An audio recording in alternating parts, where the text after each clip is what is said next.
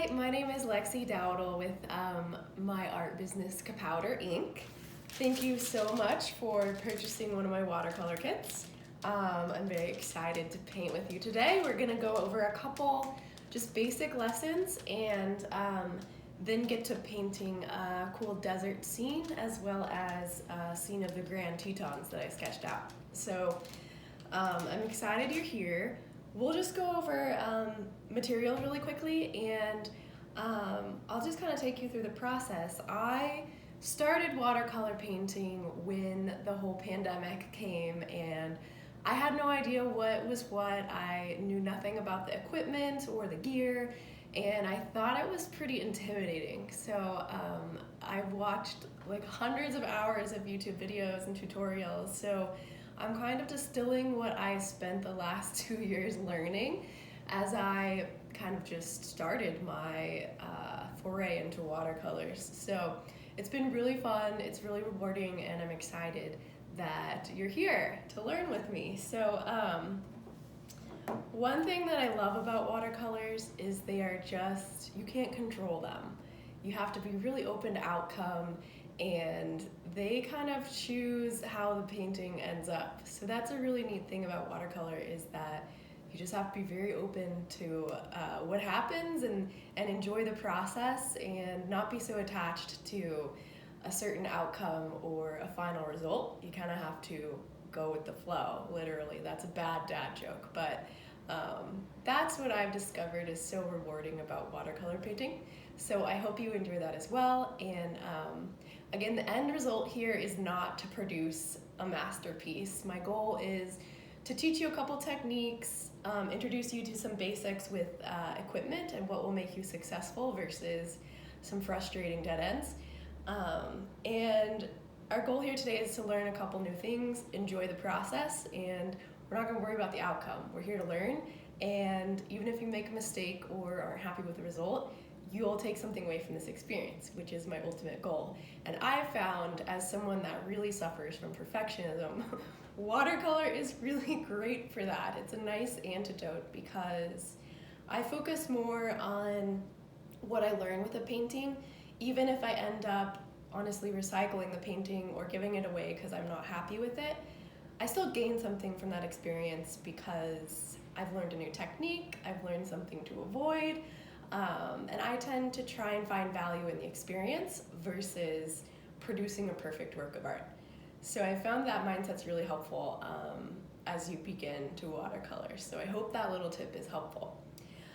So with your kit here today, you pretty much got everything you need, but a couple supplies will come in handy. I'm using a mixing palette, but any old, like yogurt tin will work, a pie tin, whatever works. Just something to mix your colors in will be helpful, as will some masking tape.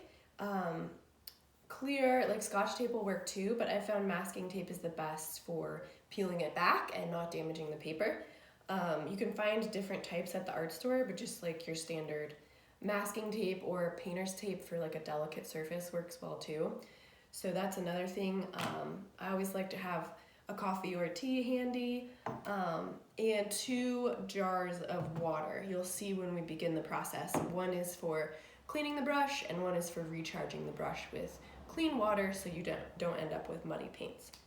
So just walking through the contents of the kit, we've got a synthetic round brush.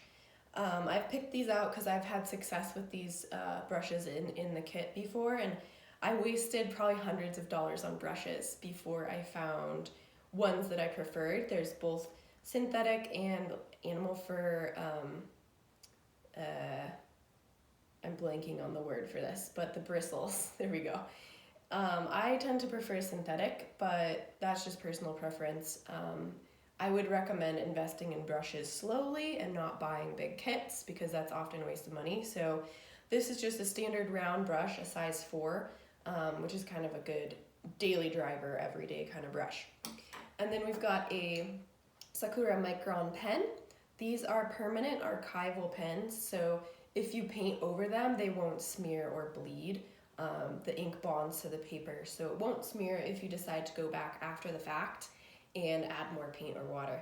So these have been included just in case you want to add more line work. Totally not necessary, but I've had a lot of fun with these, just adding detail work or lines or contours to watercolors after the fact once they're dry. So that's pretty fun. What I'm most excited about actually are the watercolor paints I've included in your kit. They're from the Art of Soil.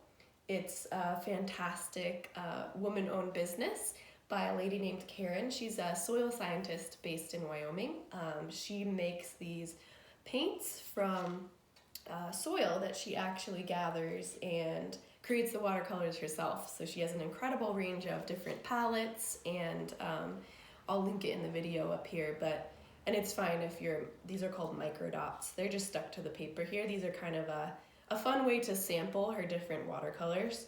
So it's fine if they come loose off the card here, but this just gives you an idea of her different colors, and I'm excited to work with these with you guys. They're really cool. So she has a ton of amazing wooden palettes. She avoids using plastic in her paint sets, so I love supporting her. She's got some really amazing things happening, so check her out on Instagram, The Art of Soil, and we're gonna paint with her paints today. And then we'll run through a couple exercises. This is cold press Arches paper. There's two types of watercolor paper. There's hot press and cold press. Cold press is generally a little easier to work with than hot press. Hot press is great for detail work. It's very smooth. The cold press tends to hold a little bit more water. It won't buckle as much when we're adding water to the paper, so it's quite a bit easier as a beginner to work with cold press. There's a couple different weights. This is 140 pound. The 300 pound will hold even more water. It's a bit thicker, but it has drawbacks as well in that its surface is quite a bit rough, so if you're trying to do very detailed work, that might not be the best choice. But I have an entire blog post on art supplies and stuff that you might find helpful. It's on my blog. I will link that in the video as well, because that was a piece that I found very intimidating starting out, was just all the different things you could buy, and I wasted a lot of money, so hopefully that's helpful for you guys. And then a handy dandy shop towel. This is great for absorbing excess water or paint off of your paper, and I found these just work better than paper towels. They're often cheaper too at your local auto shop, so these are great. And then once we work on a couple of exercises, we'll just free paint some of these and just kind of have a great time and get in the flow of watercolor. So thanks for joining, and we are going to start on this, the mixing chart and the color swatches, so we can get to learn what our paints look like and start to experiment with some color mixing and work with these fun soil paints from the Art of Soil. Okay, we're gonna get started by activating our paints here. You can do that by just dropping a little bit of water on your Eco Dots here, and yes, it is the water that will activate your watercolor paints. Once they dry, that is no problem. You can just add more water and paint again another day. So with watercolor paper, especially cold press, you always want to find the roughest size, or the roughest side. That's the correct side. You guys don't have to guess today because I printed the exercise on the correct side, but you'll notice that the printed side is just a tiny bit rougher than the back, and that added surface area, it just gives more surface area for the water to bond to, the water and the pigment. So that's one thing to be aware of when you're watercolor painting. So we're just gonna explore what our different Castle Valley Moab artist palette, as well as the Death Valley artist palette actually looks like. When watercolor paint dries, it dries quite a bit lighter. So you can see I've got a lot of pigment on this first one. As I add more water, it waters down. And, oh, excuse my cat Darwin. He's wanting to get in on the action here. This is called a wet on dry technique, and we'll explore that more in just a second here. I'm adding water to the dry paper. So let's just run through this, and what you'll do is you'll clean your brush and then recharge it with clean water here. Grab a new color, and I love this palette because it was inspired by Castle Valley near Moab, in my home state here of Utah, and it just reminds me so much of there's a little cat hair. That'll happen to you folks with pets. If you have some hair, you can kind of lift it out with your brush. That is no problem. So yeah, we're just familiarizing ourselves with our palette here. You'll be delighted to find that even just these small dots of paint, they'll last you quite a while. So you can continue to go on and paint quite a few different pieces with these Eco Dot kits that I've included in your watercolor kit. So this beautiful palette is just resplendent desert colors. It's just, I'm really excited about this. So this will work really nicely for the desert scene that we've got lined up here. Here's a great green sage. That will be wonderful for painting desert plants or cacti, agave, aloe, etc. Yeah, so just keep trucking with me here. You'll start to experiment, and that's what we'll do here on this next exercise.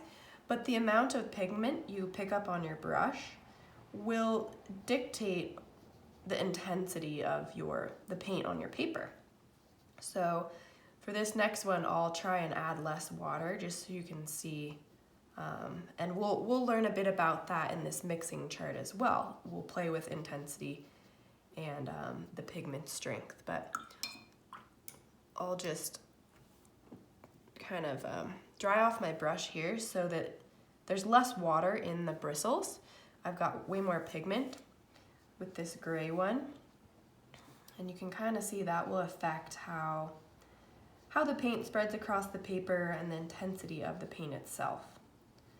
So there is our Castle Valley palette. We're gonna do the same thing here with our Death Valley palette. Now some of these are actually gonna be the same color, like this guy and this guy, possibly the blue as well, but that's okay. All we're doing here is kind of getting the feel of our paint here and understanding how the water kind of starts to move across the page.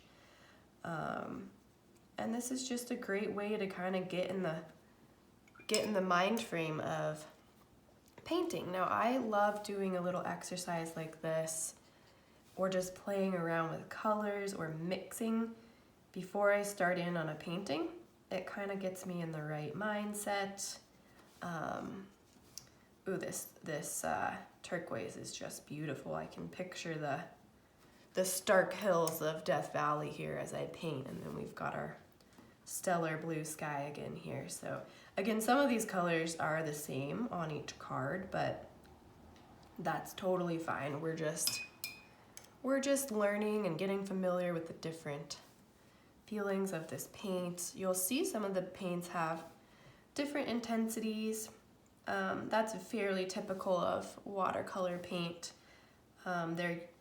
These paints in particular are all made of natural pigments, so that's why I love working with these, because it just feels organic, and I just love that sensation. Sorry, this guy's come loose from the card, and I have also gone out of order, so I'll just pop him back in over here. And that's a lovely, lovely color there. Kind of a burnt sienna. And then another wonderful purpley color. These will also be awesome to use in our desert scenes. So I'm excited about that. And you'll see this mixing chart will be a little bit wonky because we do have some of these same colors, but that's totally fine. Pick the palette of your choice. I am going to work with the Castle Valley palette just because it has more of a traditional primary color composition. I've got the blue, the yellow, and the red. So I'm going to move along to the mixing chart and choose the Castle Valley one. Doesn't matter which one, but I'm gonna go with Castle Valley. So this is to just orient ourselves with the vast number of colors you can actually create with a really small palette. It's pretty amazing. So we're just going to mark which each, you might need to wait for this to dry, but we're just gonna mark each square with our chosen color. Now I'm gonna dip this in my water, therefore I'm diluting the paint, right? So on this side, we're going to see what the same paint looks like diluted. And you may even need to pick up a little of that pigment because this particular red color, it's made from soil again, remember. It's very intense. You can picture that red desert clay in Moab that stains absolutely everything. It's so strong. So we'll give this another shot on the next few colors here. So again, just kind of give it a little, you can also do that, drop it off here. I'm gonna pick up a tiny bit more pigment because I lost a little bit of water there, but you can see the range here, like the intensity versus the watered down version. So we're kind of just playing with this ratio. This is, again, one of the, I'm gonna re-wet my paint here. Again, one of the beautiful mysteries of watercolor is the vast range of pigments and hues and combinations that you can come away with. Now I'm gonna add a little water here and you'll see that pigment is less intense than that one. So we're just learning how amazing and versatile these paints are. That's what's so cool about watercolor. It's the endless amount of combinations. So I apologize, the light's not great here, so I'm trying to, again, adding a little water. You can dump some there. So bear with me here. We're making a guide, and this will make more sense in a couple minutes. So just follow along here with me, alternating between a very intense color and adding a little water to water it down. So we've got 2 more to go here. Add a little water. And feel free to pause this video and catch up if I'm moving too quickly. That is totally fine. We'll finish off with the gray here. Again, the gray isn't quite as intense, so you might find that once watered down, it's quite faint. All right, so what we're doing is we're creating a map. Let me actually provide an example of what that looks like. So I'm gonna press pause here and show you what we're working on. So this is a color mixing chart. As you can see, I've got about 12 colors from a different palette that I've kind of explored with and experimented with. This side of the graph is the most intense versions of each color. As you move right down the middle diagonal, that is each color on its own, with like a 50% water, 50% paint ratio. So as I go and mix each color with one another, this is with more water, about 80% water and 20% pigment. So you see it's much less intense. And then these are the same colors with more pigment versus water. So that's what we're working on. We're working on a mixing chart. And we're discovering a lot of the properties of our paints in the process. So, oops, I dropped my eco card here, but no worries, we can keep trucking. So along this diagonal, I'm going to paint each color in its true, 50% water, 50% pigment form. And if it's looking really dark, especially this particular paint, which is very heavily pigmented, you can add a little more water. Just play with it, have fun, like no right or wrong answer here. All you're doing is learning about the intensity and properties of your different watercolor paints. You'll find that some blend very easily, some run with the water, some stay in place. It's just, this is the best way to get started because you'll learn a lot about how your paints behave as you're getting to know your colors. So it'll just make you more successful in the end. And I apologize about my cat. He is very excited about these watercolor classes. We're hoping to offer more of these next year, and we're just experimenting, so we'll see if he approves. I think he's gonna jump up on the table here in just a second. All right, so again, we're just heading down the diagonal with a fairly concentrated mix of about 50% water, 50% paint, and then we're gonna start mixing. It's gonna be great. So bear with me here and keep flowing. Keep in mind, this exercise is gonna take you a while. I would estimate that this will take about an hour. So this is just your lesson 1 for today. We'll start a different video for lesson 2. And did I create the wrong number? 1, 2, 3, 4, 5. No, I just went out of order again. Sorry about that. I skipped this guy. So painting and talking is hard. Forgive me, please. Go in order if you like, or freestyle it like I've done here. And then we'll finish up with gray. Yes, Darwin, you have lots of feelings about gray. Yep. All right, so there we are. Now we're gonna get started with mixing. So use this as your guide.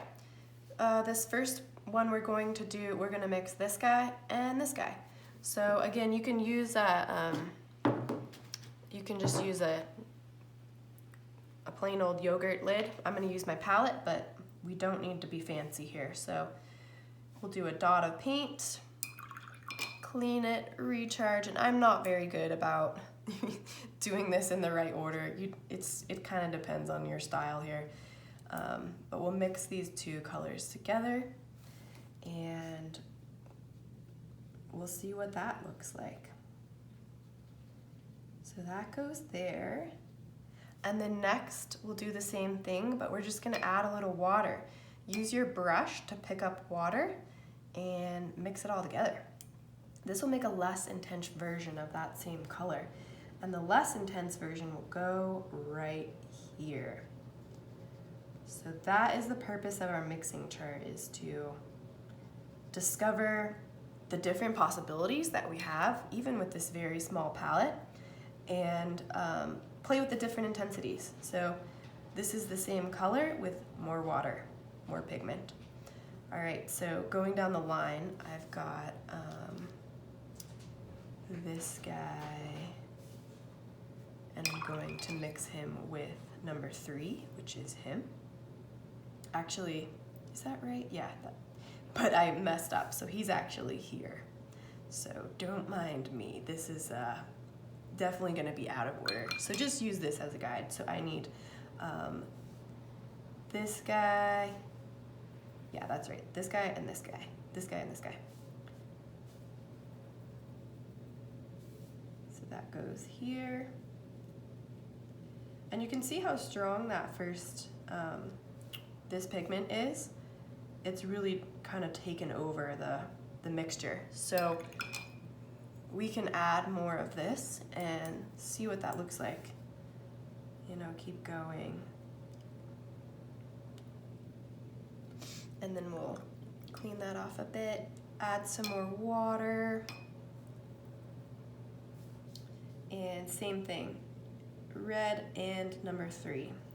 He's down here.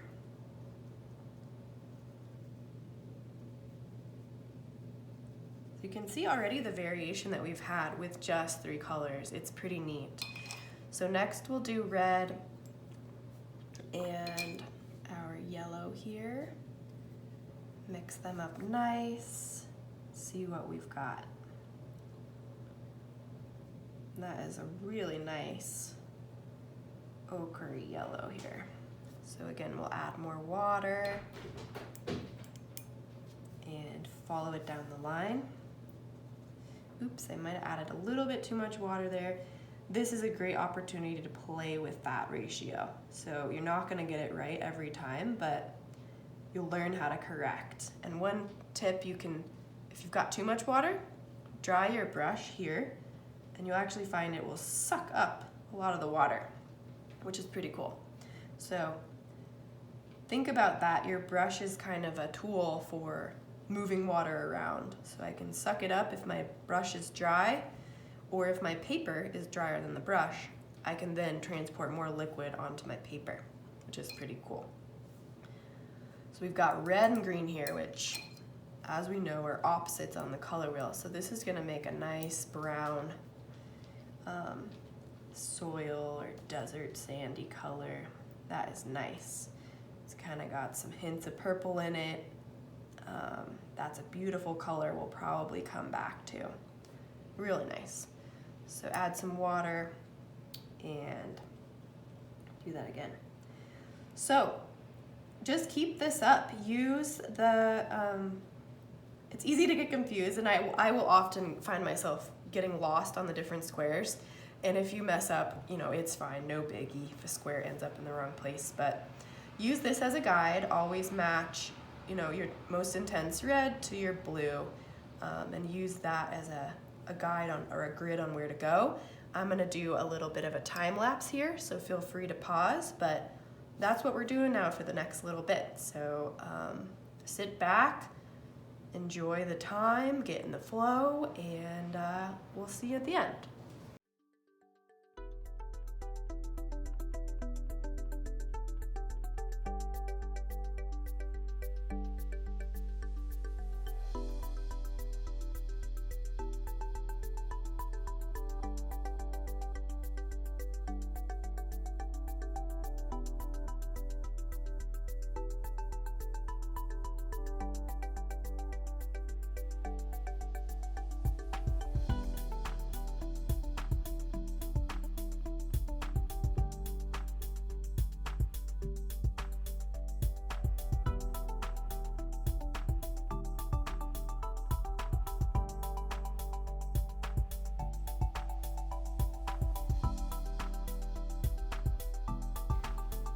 So there we have it, our completed mixing chart.